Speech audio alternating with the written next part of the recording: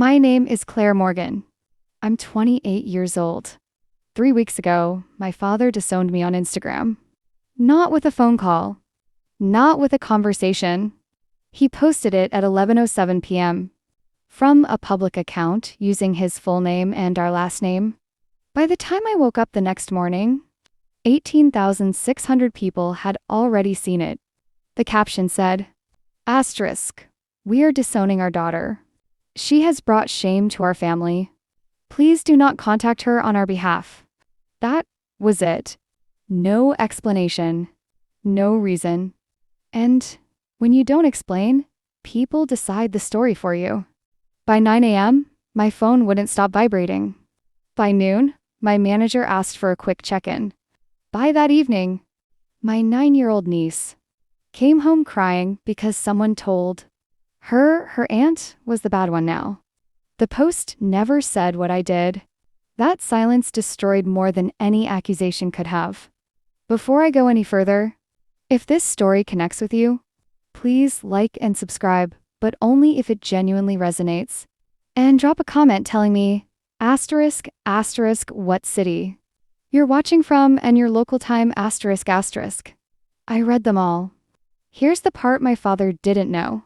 While I was trying to survive the fallout, someone else was sitting at our kitchen table every night after I went to bed, quietly pulling public records. And what he found about a charity, a dead company, that didn't belong to my father, asterisk would flip everything, including who the family would actually disown. To understand how it got there, you need to understand where this happened. We live in Franklin, Tennessee, the kind of town where your last name matters more than your resume, where people remember where you sit at church, where reputations travel faster than facts. And in Franklin, my father's name, Richard Morgan, carried weight. He was a board member at Grace Point Fellowship, a red brick church with about 700 members. He drove a black Escalade, always parked up front. He wore tailored jackets and a silver Rolex. That caught the light when he shook hands. People trusted him instinctively. He also ran the Morgan Outreach Fund, a nonprofit he described as his life's mission: scholarships, community grants, giving back. Every fall, he stood under chandeliers at the annual fundraiser, voice soft, eyes damp, talking about legacy. Everyone applauded. Everyone believed him. At home, belief was replaced with control. My mother supported him publicly. My younger brother defended him loudly. And I learned how to be agreeable. Don't question. Don't push. Don't embarrass the family. I followed those rules for 28 years. Until I asked one question I wasn't supposed to ask. 5 weeks before the Instagram post, my mom called and asked for a small favor. "Claire, can you help me organize some paperwork for the foundation? Just to prepare for a board review." It sounded harmless, but it led me into my father's home office. Dark wood desk, leather chair, framed photos with donors and pastors, and into a spreadsheet that made my stomach tighten. One payment didn't belong. Then another. Then a pattern. I didn't accuse him. I didn't confront him. I asked him to explain. That was the moment my father stopped seeing me as a daughter and started seeing me as a problem. The Instagram post wasn't anger. It was strategy. And the night before he posted it, I heard him say 3 words on the phone, not to me, but to someone else. "We have a problem." Franklin, Tennessee isn't loud about its rules. It doesn't need to be. Everyone just knows them. You know which neighborhoods mean you've made it? You know which schools parents quietly compete to get into? And you know that on Sundays, where you sit at church says more about your standing than anything you post online. In Franklin, reputation doesn't live on the internet. It lives in pews, parking lots, and whispered conversations after service. And my father understood that better than anyone. Richard Morgan didn't just attend Grace Point Fellowship.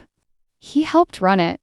He sat on the board, helped approve budgets, lead prayer circles when donors were present. People trusted him because he looked like trust. crisp jackets, perfect posture. That silver Rolex that flashed just enough to suggest success without bragging. When my father spoke, people leaned in.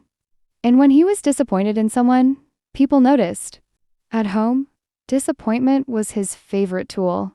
Not yelling, not chaos, control. My mother, Elaine, had perfected the art of smiling while agreeing.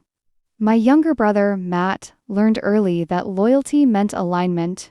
And me? I learned how to read the room before I spoke. I learned that my job was to keep things smooth. If Dad was tense, I softened. If Mom was quiet, I filled space. If something felt wrong, I swallowed it. That's how our family worked. From the outside, we were solid. From the inside, everything flowed in one direction. Toward him. The Morgan Outreach Fund was my father's crown jewel. A registered nonprofit. A clean website. Annual fundraising dinners at the Hillside Country Club. He talked about it like it was proof of his character. This is about giving back, he'd say. About legacy. He loved that word. Legacy. It sounded noble. Untouchable. When people talked about him, they used phrases like pillar of the community and man of principle. No one ever asked how decisions were made. No one ever questioned the books. Because men like my father don't get questioned. They get deferred to. I never worked for the foundation officially, but growing up, I watched him manage it from the kitchen table. Papers spread out neatly, pen always aligned parallel to the page. Everything in his life had order, even affection. You earned it.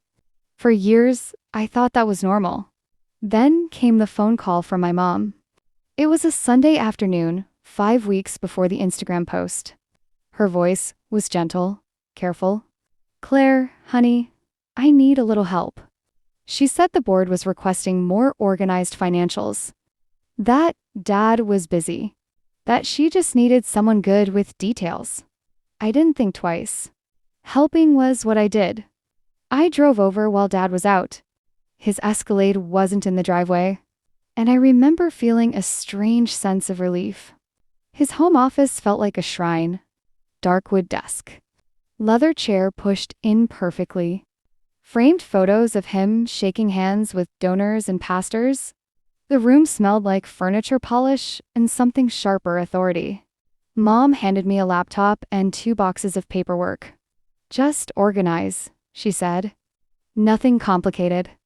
At first, everything looked clean. Routine expenses. Scholarship disbursements. Event costs. Then my eyes stopped on a line item. Meridian Consulting Group, Dao, Iwen Baten Sibaimayan. No description. No project code.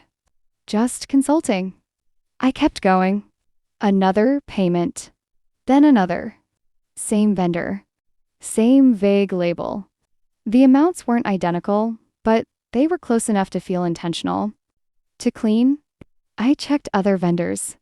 Catering companies had invoices. Printers had breakdowns. Event planners had contracts. Meridian had nothing. No attachments. No explanation. Just money moving out. I told myself not to overthink it. Dad had been running the foundation for years. Consultants come and go. Still, something in me went quiet. The kind of quiet that comes before you realize you can't unsee something. That evening, after I left my parents' house, I couldn't stop thinking about it. Not in a dramatic way. In a methodical one. Patterns matter when you're trained to notice them.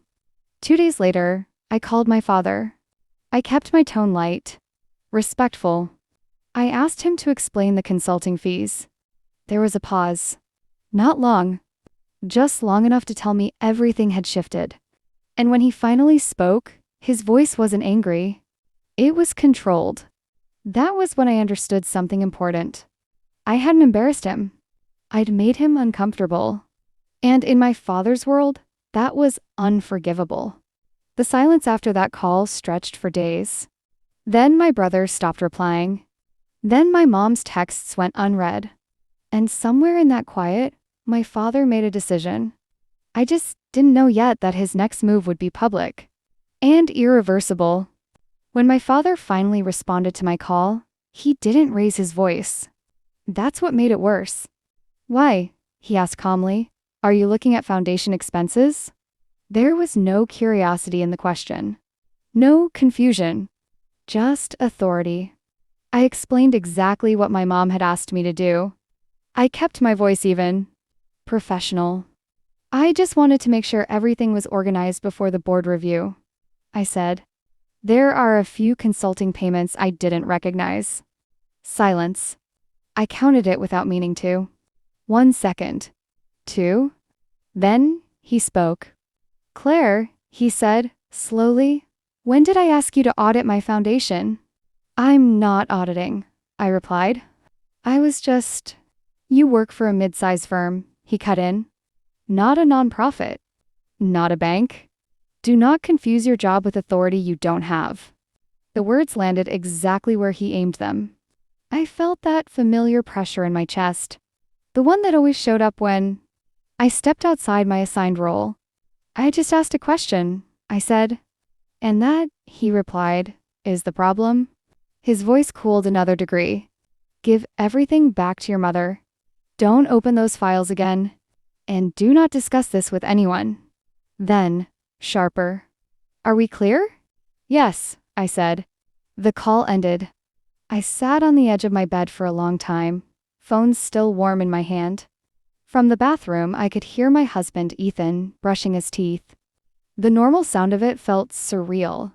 When he came out and saw my face, he didn't ask what happened. He just sat beside me.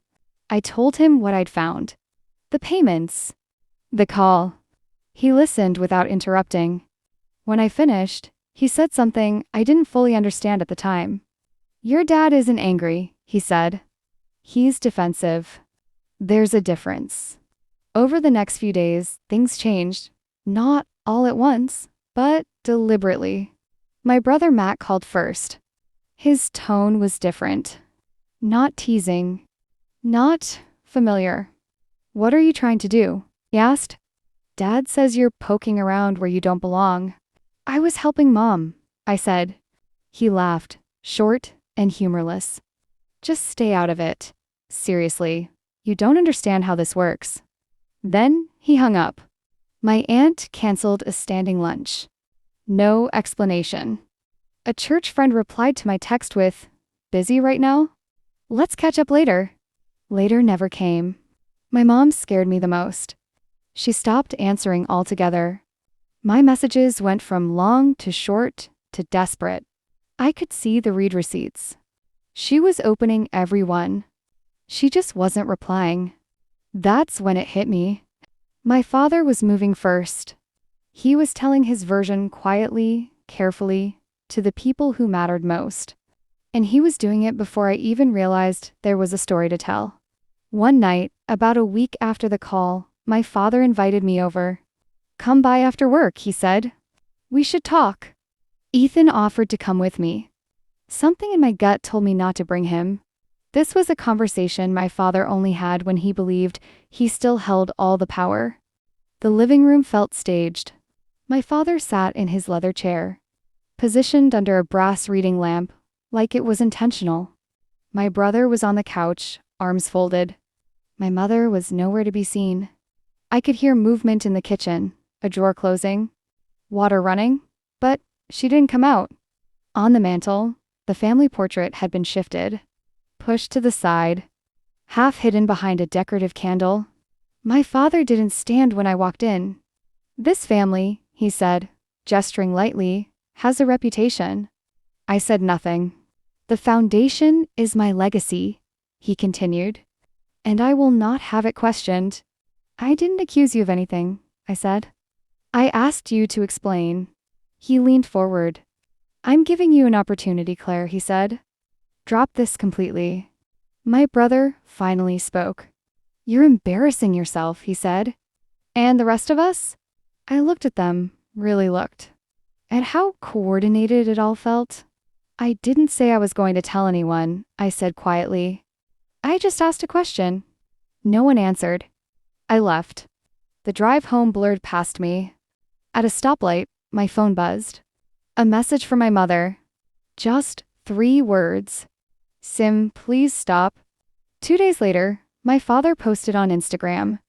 And by the time I saw it, the damage was already done. Monday morning started like every other Monday.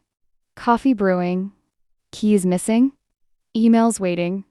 I was standing at the kitchen counter when my phone buzzed. Then buzzed again. And again. I ignored it at first. I was late already. But when the vibration didn't stop, I picked it up. 14 missed calls. 9 text messages.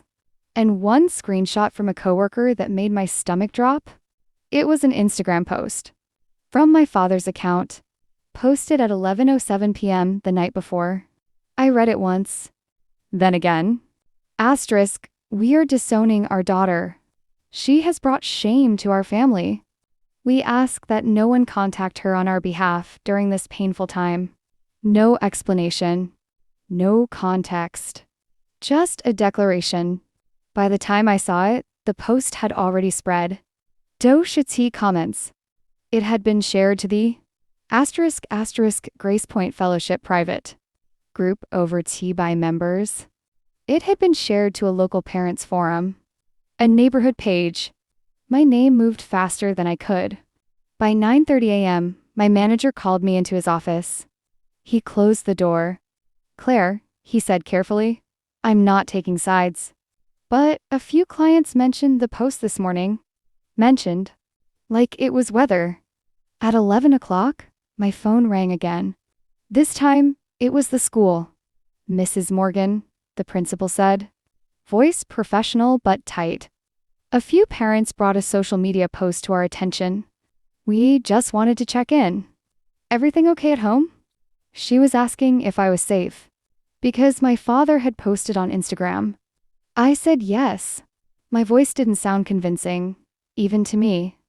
The worst part came that afternoon. My sister-in-law called, her voice shaking. Claire, she said, Emma came home crying. Someone told her her aunt got kicked out of the family. Because she did something bad. Emma is 9. 9-year-olds don't understand nuance. They understand labels. That night, I sat in my car in the grocery store parking lot and cried until my chest hurt. I didn't know how to defend myself against something so vague. There was nothing to argue. No accusation to deny. Just shame dropped into the open and left to grow. I tried once. I commented under my father's post. Dad, can we please talk about this privately? I don't understand why this is happening. He deleted it in 3 minutes.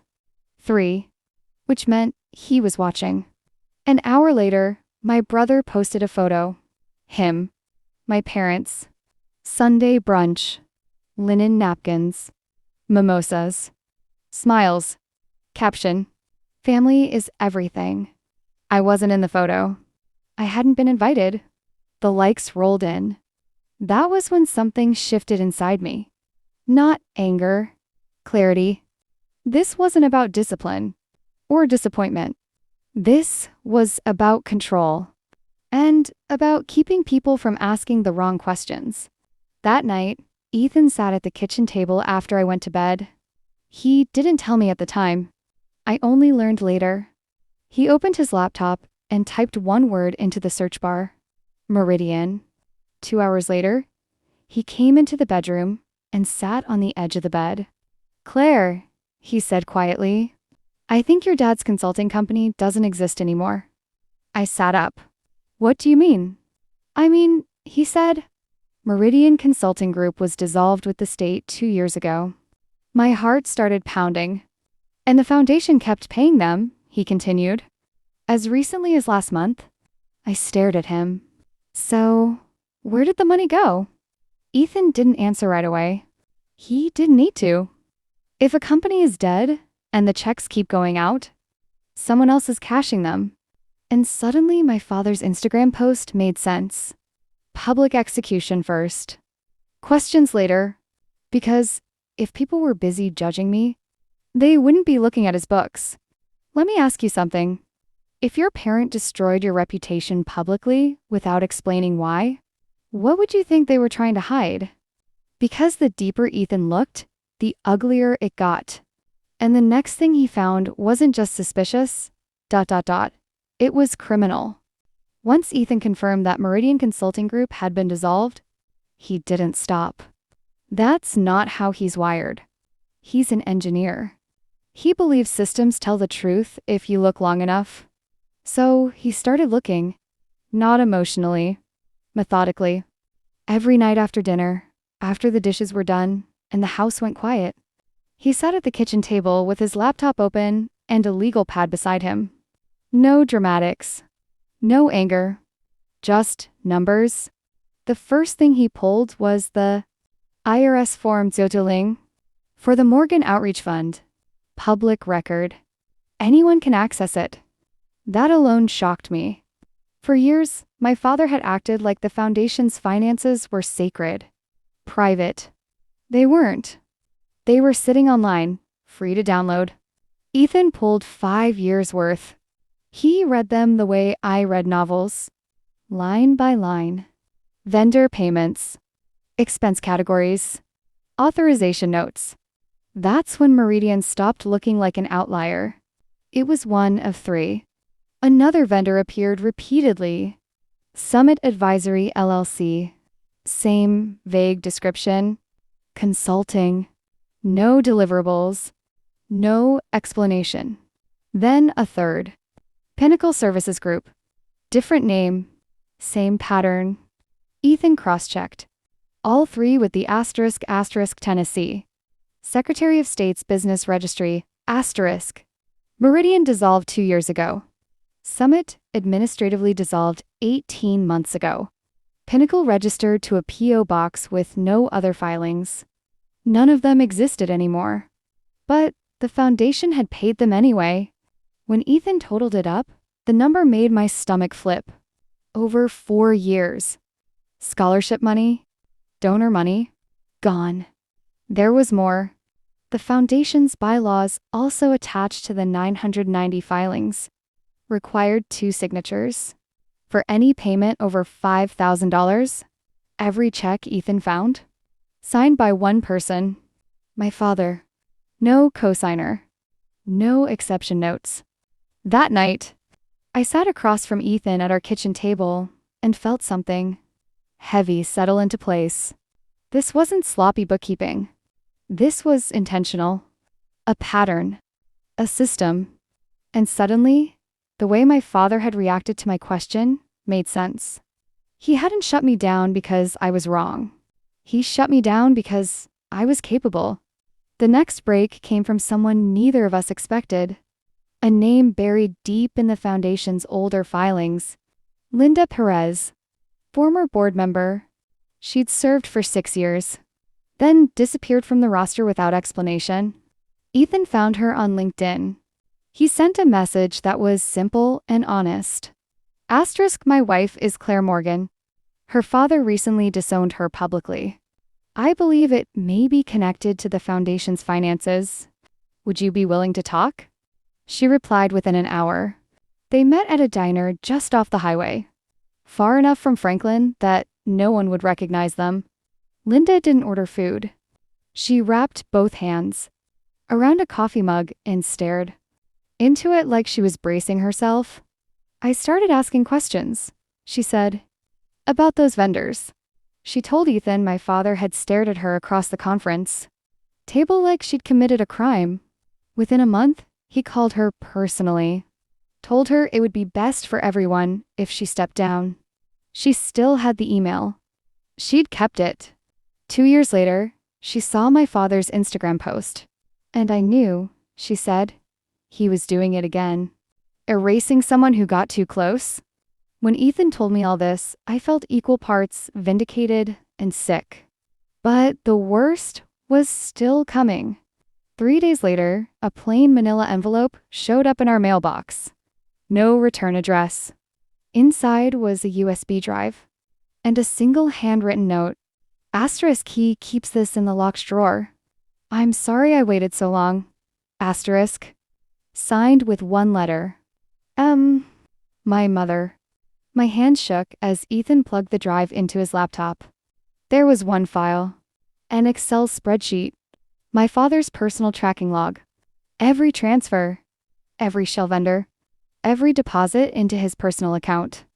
5 years of theft. And one line buried halfway down made my breath catch. Matt, apartment rent minus $2,800 per month. My father hadn't just stolen from the foundation.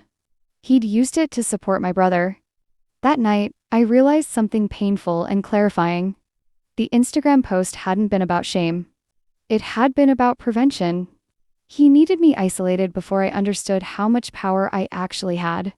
Because now, we had proof. And the annual Morgan Outreach Fund Gala was 2 weeks away. Once the truth was out in the open between Ethan and me, the question wasn't if we should act. It was how. I didn't want revenge. Not the loud kind. Not the kind that turns you into the thing you're trying to escape. I just wanted the truth to land somewhere it couldn't be ignored. That night, we sat at the kitchen table, long after the kids were asleep. The USB drive lay between us like it had weight. I don't want to make a scene, I said. I don't want to post anything. I don't want to embarrass him. Ethan nodded. Good, he said. We won't. He explained it simply. We wouldn't confront my father. We wouldn't accuse him publicly. We wouldn't even speak his name. We would let the documents do the talking. The Morgan Outreach Fund's annual gala was coming up in 2 weeks. It was his favorite night of the year. A black tie fundraiser at the Hillside Country Club. 300 guests. Donors. Bank executives. Church leadership. The people who trusted him most, 3 of them mattered more than the rest. Mark Ellison, the foundation's board chair and a practicing attorney. Pastor Jeff Wallace, senior pastor at Grace Point Fellowship.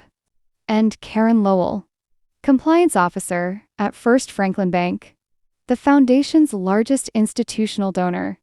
Ethan's plan was quiet and surgical. 3 identical folders.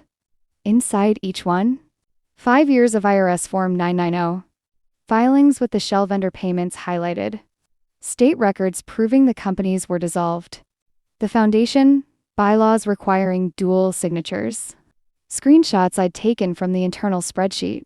Linda Perez's signed statement and the email my father sent pushing her off the board. And a short cover letter requesting an independent financial review. No accusations. No emotion. Just facts. We hand them the folders, Ethan said. And we leave. I stared at him. That's it? That's it. I hesitated. What if they ignore it? They won't, he said. People like your father survive on trust. These documents don't require belief. In the days leading up to the gala, my father doubled down online. Another Instagram post. A photo of him and my brother at the country club golf course. Smiling. Relaxed. Caption. Asterisk family is everything. Gratitude in every season. Asterisk. The comments praised his strength, his grace, his forgiveness. Not one person asked about me. That part still hurt. But it also confirmed something important. He thought he'd won. The night before the gala, Ethan printed everything at a FedEx office in the next town over. Paid cash, no names, no trail. 3 neat folders. Board chair. Pastor. Compliance. I checked every page myself. Every total. Every date. The CPA in me needed it to be bulletproof. And it was. That night, I barely slept. Not from fear. From something sharper. Resolve. For the first time in my life, I wasn't trying to earn my father's approval. I was stepping outside his system entirely. The next evening, we arrived at the country club just after 7:30. We didn't have tickets. No one stopped us. People don't expect the disowned daughter to show up. The ballroom looked exactly like my father loved it. White linens. Crystal chandeliers. A string quartet tuning near the bar. A large banner hung behind the podium. Asterisk, asterisk, 15 years of changing lives, Morgan Outreach Fund. My father stood near the stage, greeting donors. Navy suit. Perfect posture. The Rolex caught the light with every handshake. He looked untouchable. The MC took the microphone.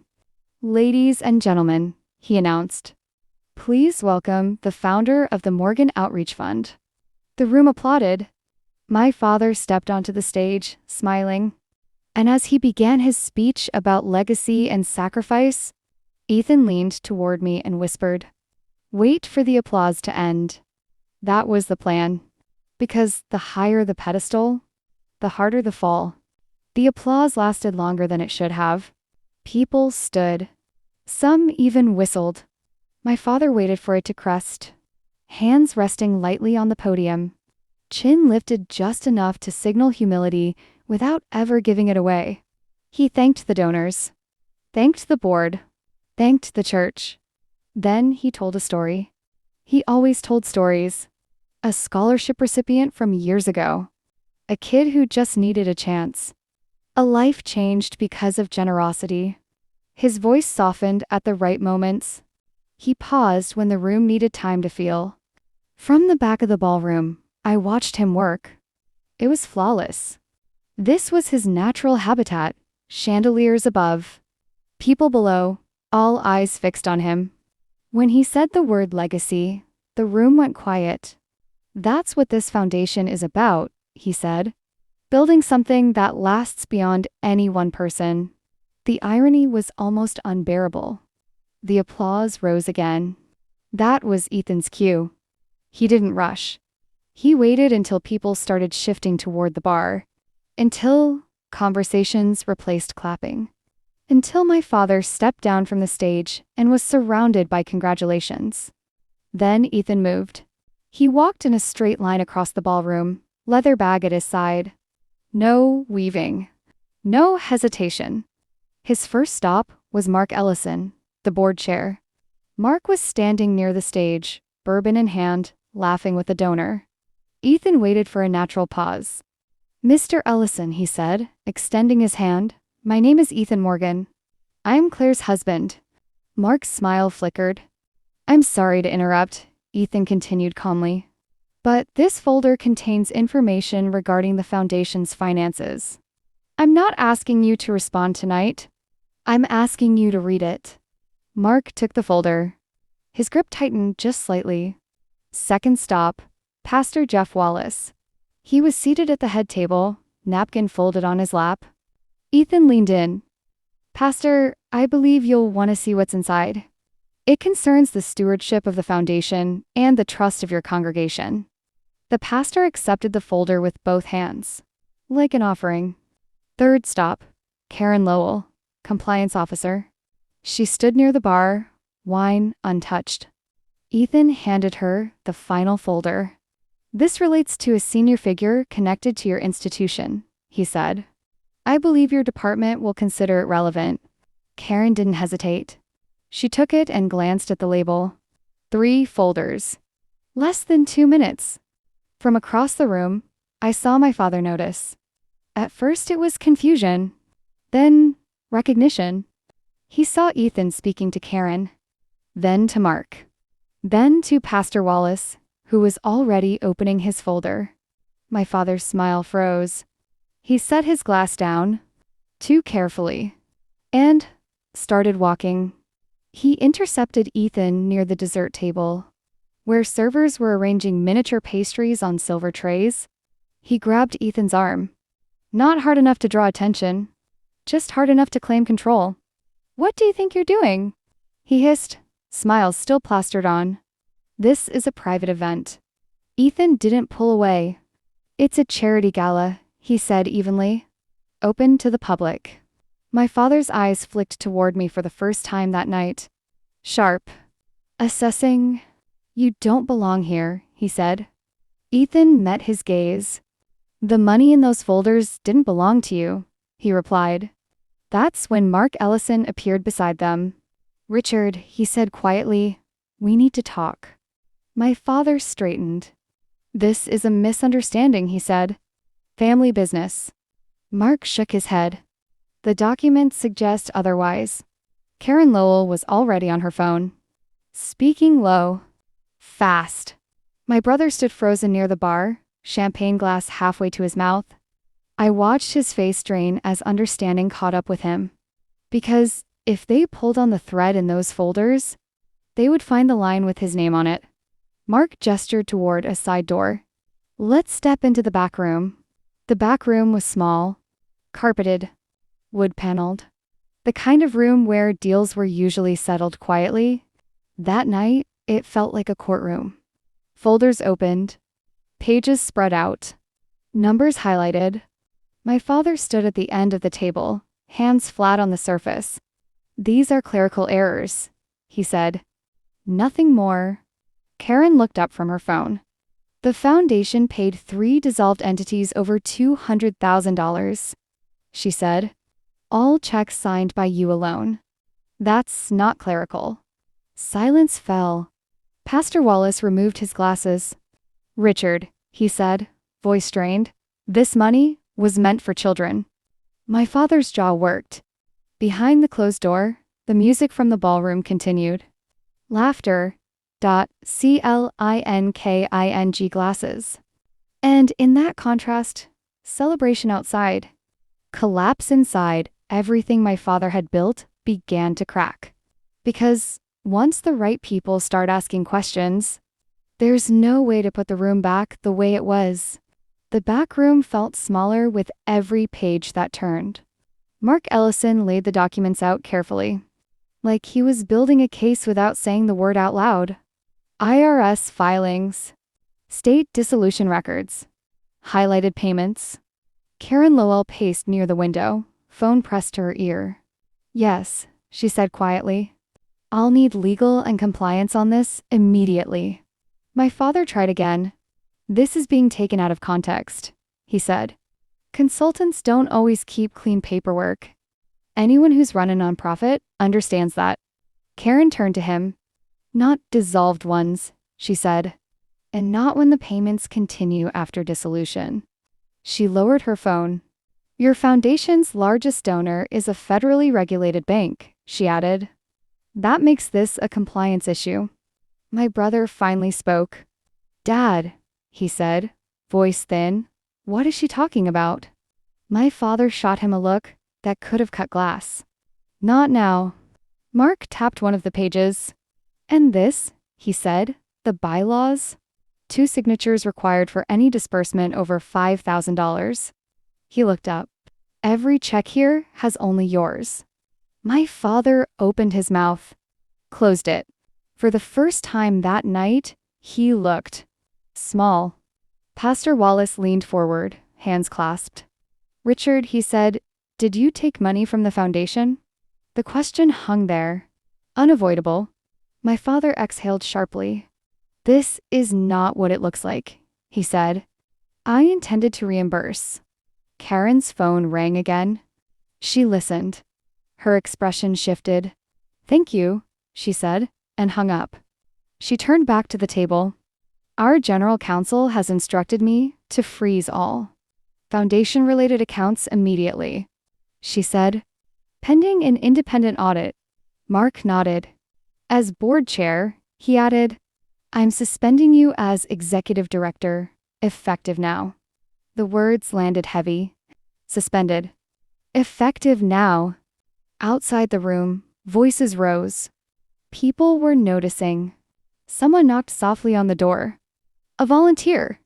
Concerned. Mark opened it just enough to say, we'll be a few minutes.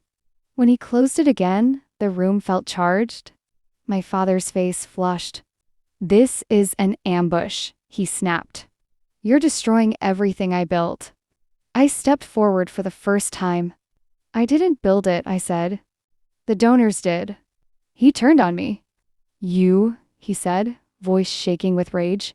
You've always wanted to tear this family apart. I met his eyes. No, I said calmly. I wanted you to answer a question. The room went quiet. Karen gathered her folder. This matter will be referred to the appropriate authorities, she said. Tonight. That was it. The collapse didn't happen with shouting. It happened with procedure. Mark stepped out first. Then Karen. Then Pastor Wallace. The door opened. The ballroom noise rushed in. People saw them emerge together. Serious. Focused. Whispers started. Someone asked a question. Then another. My father followed last. Without the trophy. Without the smile. I watched as donors approached him, then hesitated. As conversations shifted away from him. As his circle dissolved. Across the room, my brother stood alone. No one clapped him on the shoulder. No one laughed at his jokes. For the first time in his life, proximity to my father was a liability. Within an hour, word had spread. Not details, but enough. Enough to change how people looked at him. We didn't stay. Ethan took my hand, and we walked out through the front doors. No scene. No speech. Just exit. 2 days later, the consequences accelerated. The bank placed my father on administrative leave. The foundation released a statement announcing an external audit. Grace Point Fellowship scheduled an emergency board meeting. And the Instagram post? The one that disowned me? It was still up. But the comments had changed. People were asking questions. Uncomfortable ones. A week after the gala, my phone rang. The caller ID read, "Dad." I stared at it. The man who erased me publicly now wanted to talk privately. I answered. "Are you happy now?" he asked. His voice was thinner than I remembered. "No," I said. "I'm done." There was silence. "I need you," he said finally. "They're turning on me." I looked at Ethan. Then I said the one sentence I'd never been allowed to say before. "You disowned me," I said. "You don't get to claim me when it's convenient." The line went dead. And for the first time since this began, I felt something loosen in my chest. Because the family hadn't disowned him yet. But they were about to. The fallout didn't come all at once. It came in layers. 3 days after the gala, the Morgan Outreach Fund announced that its accounts were frozen pending a full forensic audit. The statement was careful, neutral. It didn't name my father. It didn't have to. A week later, First Franklin Bank placed him on indefinite leave. 30 years of reputation reduced to a line in an internal memo. 2 weeks after that, Grace Point Fellowship voted to remove him from the board. 7 in favor, 1 abstention. No speeches, just a decision. People who had prayed for him publicly stopped mentioning his name.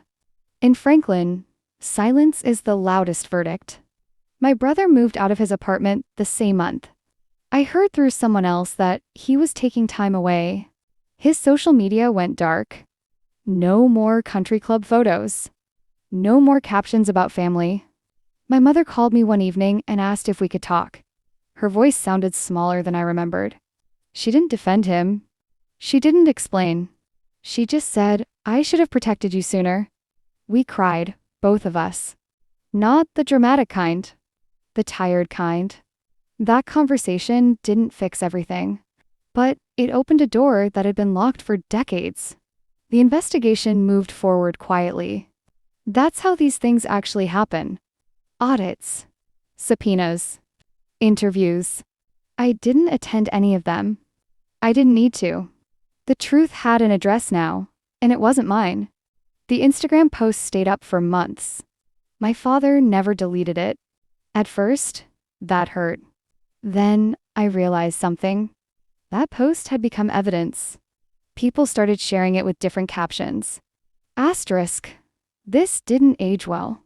Asterisk, interesting timing. Asterisk, this is what silencing looks like.